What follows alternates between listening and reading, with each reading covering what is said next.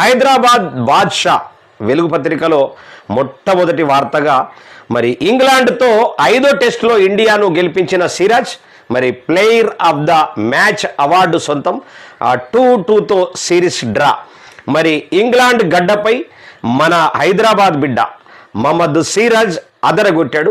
మరి అత్యంత ఒత్తిడిలో అసాధారణ పోరాట పటిమ చూపెడుతూ నరాలు తెగే ఉత్కంఠ నడుమ ప్రాణం పెట్టి బౌలింగ్ చేశాడు.